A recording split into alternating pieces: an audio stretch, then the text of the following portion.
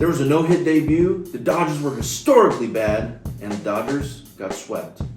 Third place, baby.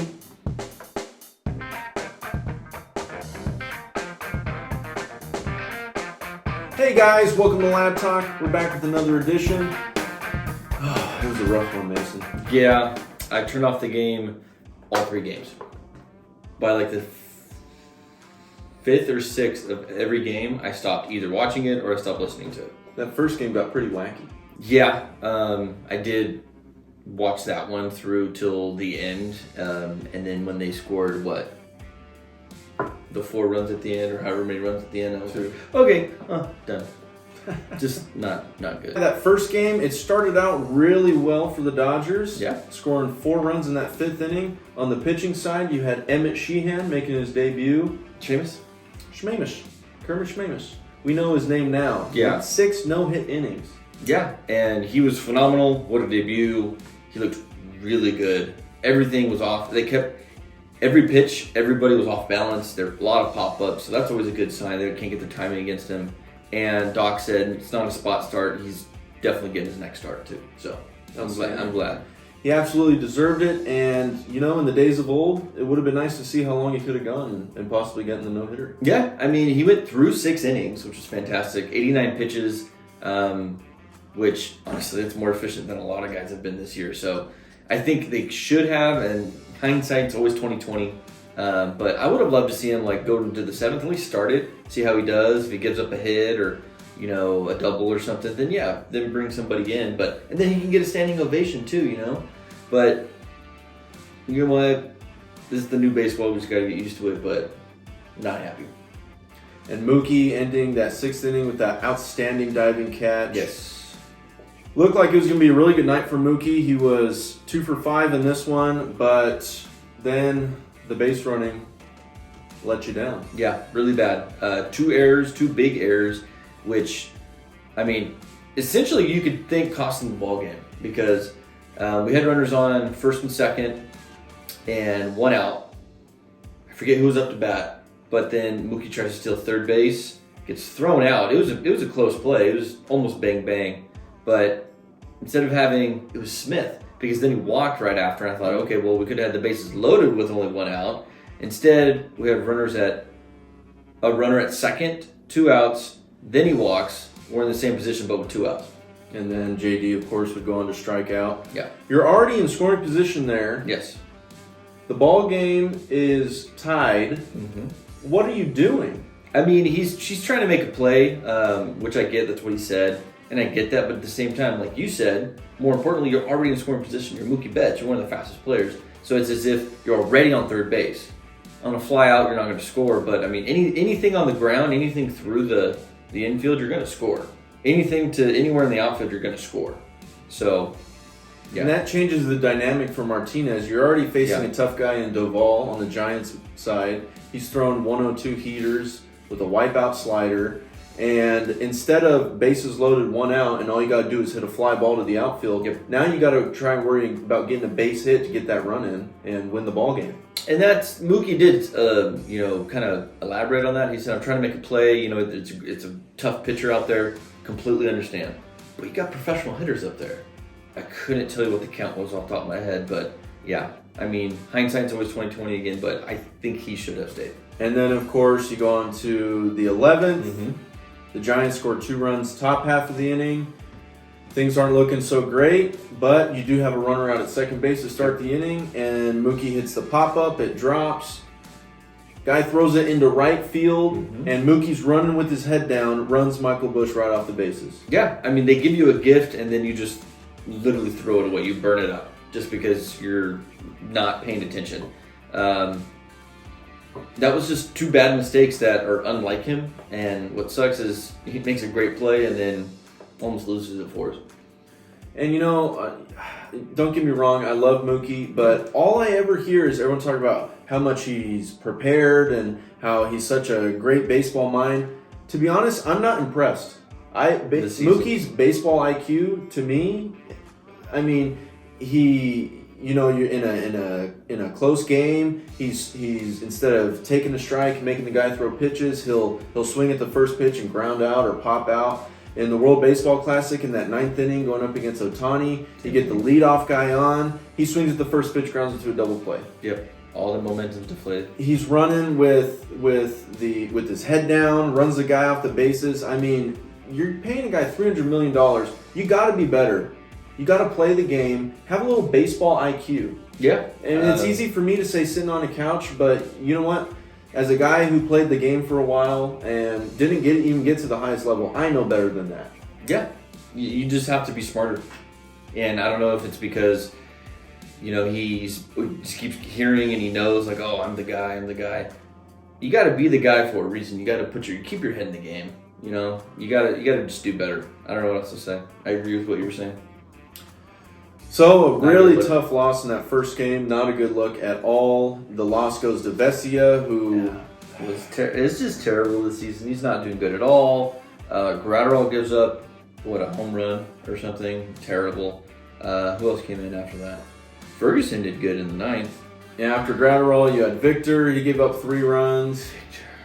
Some of those runs coming in when Taylor Scott took over for him. He was outstanding his first couple appearances and then just fell apart after that. We just don't have guys that can just close out an inning. We don't have that anymore for some reason this year. And what they have to do, which we've talked about, and they need to do, they better do, I'm about to say a bad word, they need to get some pitchers. They need to get some bullpen guys, at least 2 or 3 of them. You got to do something different. So yeah, the bullpen letting you down again there, and it's really unfortunate after Emmet Sheehan had those 6 no-hit innings in his debut. No-hit innings, and then that's how it ends up. And that set the tone for the whole weekend. Yep. Going into Saturday's game, it was Bobby Miller time, going up against Alex Wood. Had a really good feeling. Had a really good feeling about this one. You were hoping Bobby could shut him down, and it ended up being an historically bad loss for the Dodgers. Yeah, he did great through 4 innings. I think he only gave up maybe a couple hits, but had some walks. Definitely had some guys on base, but he didn't give up any runs through 4. In that 5th inning, he gives up 4 runs. It was just not his best start. But you know what? You can't be perfect all the time. And he had 3 or 4 nearly perfect ones before that. So you can't blame it all on him. But if you can't score any runs in 9 innings and you give up 15, that's terrible. You lose 15-0. Not going to win a ball game. No. So, why was that historically bad? Well, it was the largest shutout loss at home for the Dodgers since the 1898 Brooklyn Dodgers. Wow. When they were shut out by the Pirates. So you could say this was the worst that they've ever played at home in LA. That would be true. Okay. That'd be a true statement. So yeah, the Dodgers 0 for 6 with runners in scoring position in this one. As we said, it didn't matter. The bullpen gave up 8 runs after Miller gave up those 7. And it was just embarrassing. Hard to even talk about. Yeah. If you're a Giants fan, you had a lot of fun watching baseball this weekend. Oh, yeah. And it being, you got 7 wins in a row now, and the last 3 were against the Dodgers at home. And one of them was Father's Day, so yeah, terrible. That's right. Terrible way to go out. Late night, Lamont Wade Jr. of the Giants hitting a home run in this one. J.D. Davis hit the grand slam in the 6th off of Vesia. That kind of blew the door wide open. Vesia just needs to sit down for a little bit. He needs to go down to the minors, I think, and work something out because he has not been the guy. I think they said last year he had a sub-2 ERA. He was lights out. And now he's just throwing everything over the plate. And he's kind of been like that in his career. It seems like he'll really have one great season, be the worst pitcher in baseball the next season, and then bounce right back. And this is certainly a down year for him. This is a significantly bad year. I wouldn't say down. This is a terrible year for him. Every time he's coming out, he's giving up a run. At least 1 run. So if we're in a tight ball game and they bring in Vesia, I think that's it. We're done. We lose. And that's the way it goes. And I think a lot of it, watching the games, they're just not getting ahead in the count. They're throwing balls early. They're being forced to throw fastballs because you're behind in the count. And guys are just teeing off on this bullpen right now. It's hard to watch. It really is, and that's why I turned it off. And hopefully you get Daniel Hudson back soon. He's supposed to come back sometime this month. Yes. That would be a huge high leverage arm. Yes. Of course, you have to give him some room to come back, and he hasn't pitched in the big leagues in a while after that knee injury. So it might take a little time, but he's going to end up being a big arm for us down the stretch. Yeah, definitely. I just mean we need something different. We need something going. Hopefully he can help do that. They need to get some arms at the trade deadline. And yeah, because you're not going to win with this bullpen. You're not going to win with a starting rotation, really. We have a lot of guys that are injured and need to come off the injured list, but yeah, the whole pitching staff is just abysmal this year. Pretty bad. Yeah.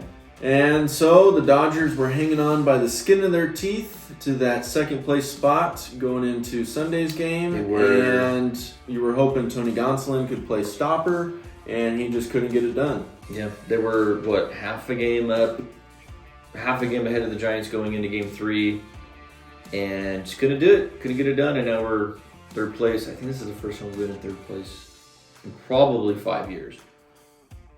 We could look that up really quick and find that out, but for sure. But I'm pretty certain we haven't been in third place since before 2017.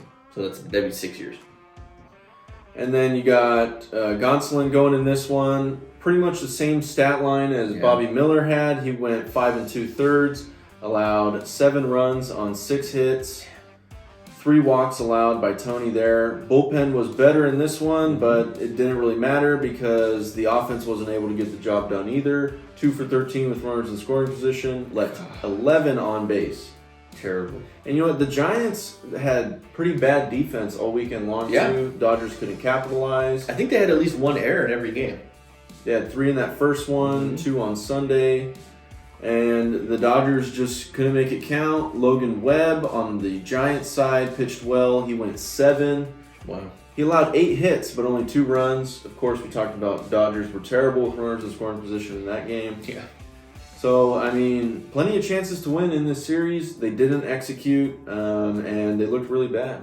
I mean, you hate to say it, but honestly, they didn't deserve the win because they played terribly every single game. So they didn't deserve it, even if which the first game they tried, but just made too many mistakes and, didn't deserve it. If you had to take a positive out of this weekend, though, it looks like James Outman might be coming out of his slump there. His dormancy. Dormancy. Yeah. That's a good word. Yeah, he has been ice cold for the last almost month. He's been really bad, so hopefully it's good to see him starting to get some base hits, getting on base. I don't know if I think he had an RBI. He had an RBI this third game, and squaring up the baseball. Drove in 2 on Friday, so starting to hit the ball hard again. Yes. Slowly working his way back. So we kind of just briefly went over this series. There wasn't too much to talk about on the Dodgers side. They didn't get the job done. No.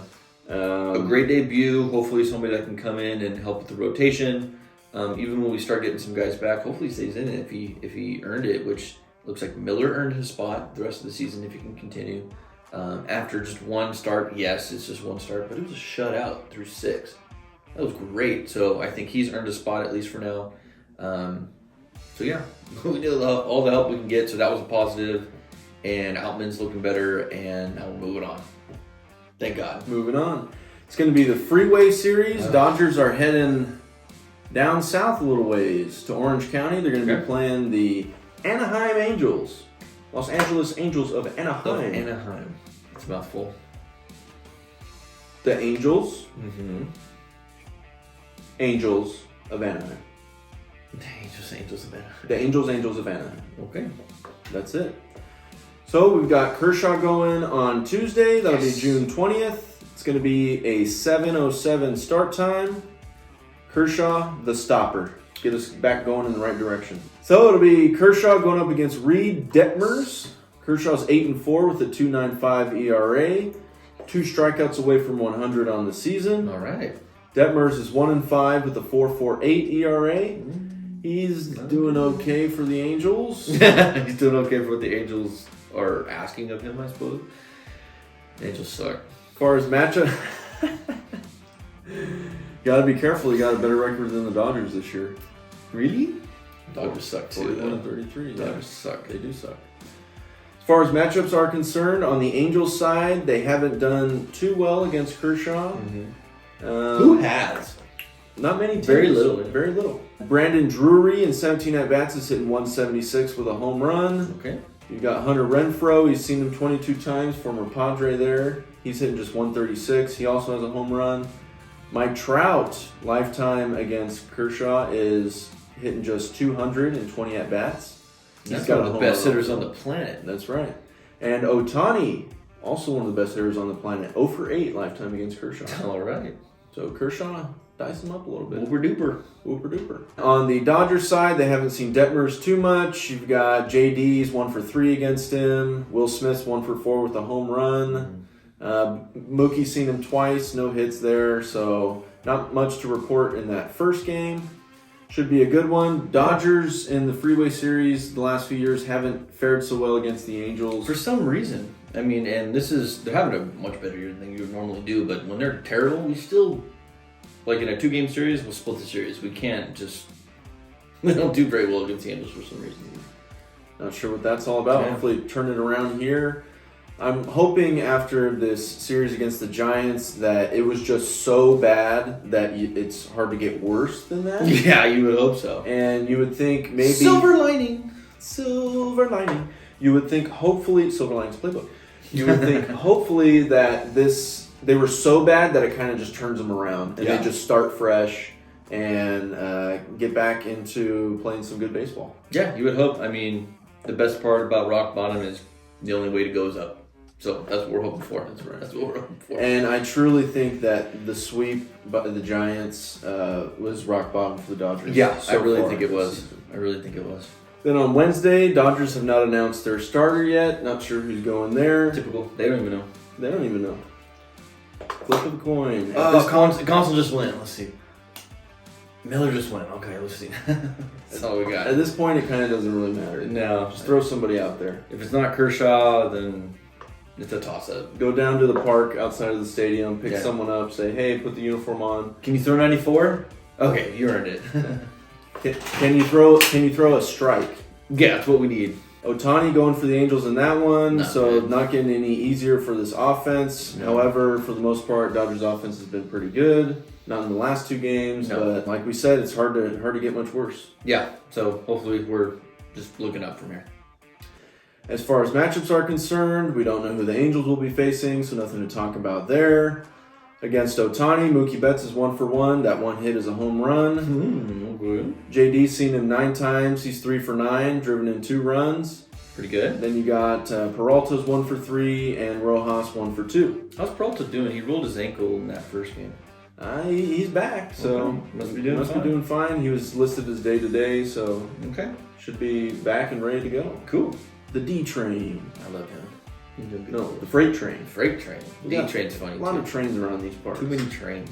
So that wraps it up for us here on Lad Talk. Hope you guys enjoyed the episode. Hopefully next time we have some better things to report for the Dodgers. Yeah. If you enjoyed this video, make sure you like, comment, subscribe. As always, let's go Dodgers. Adios.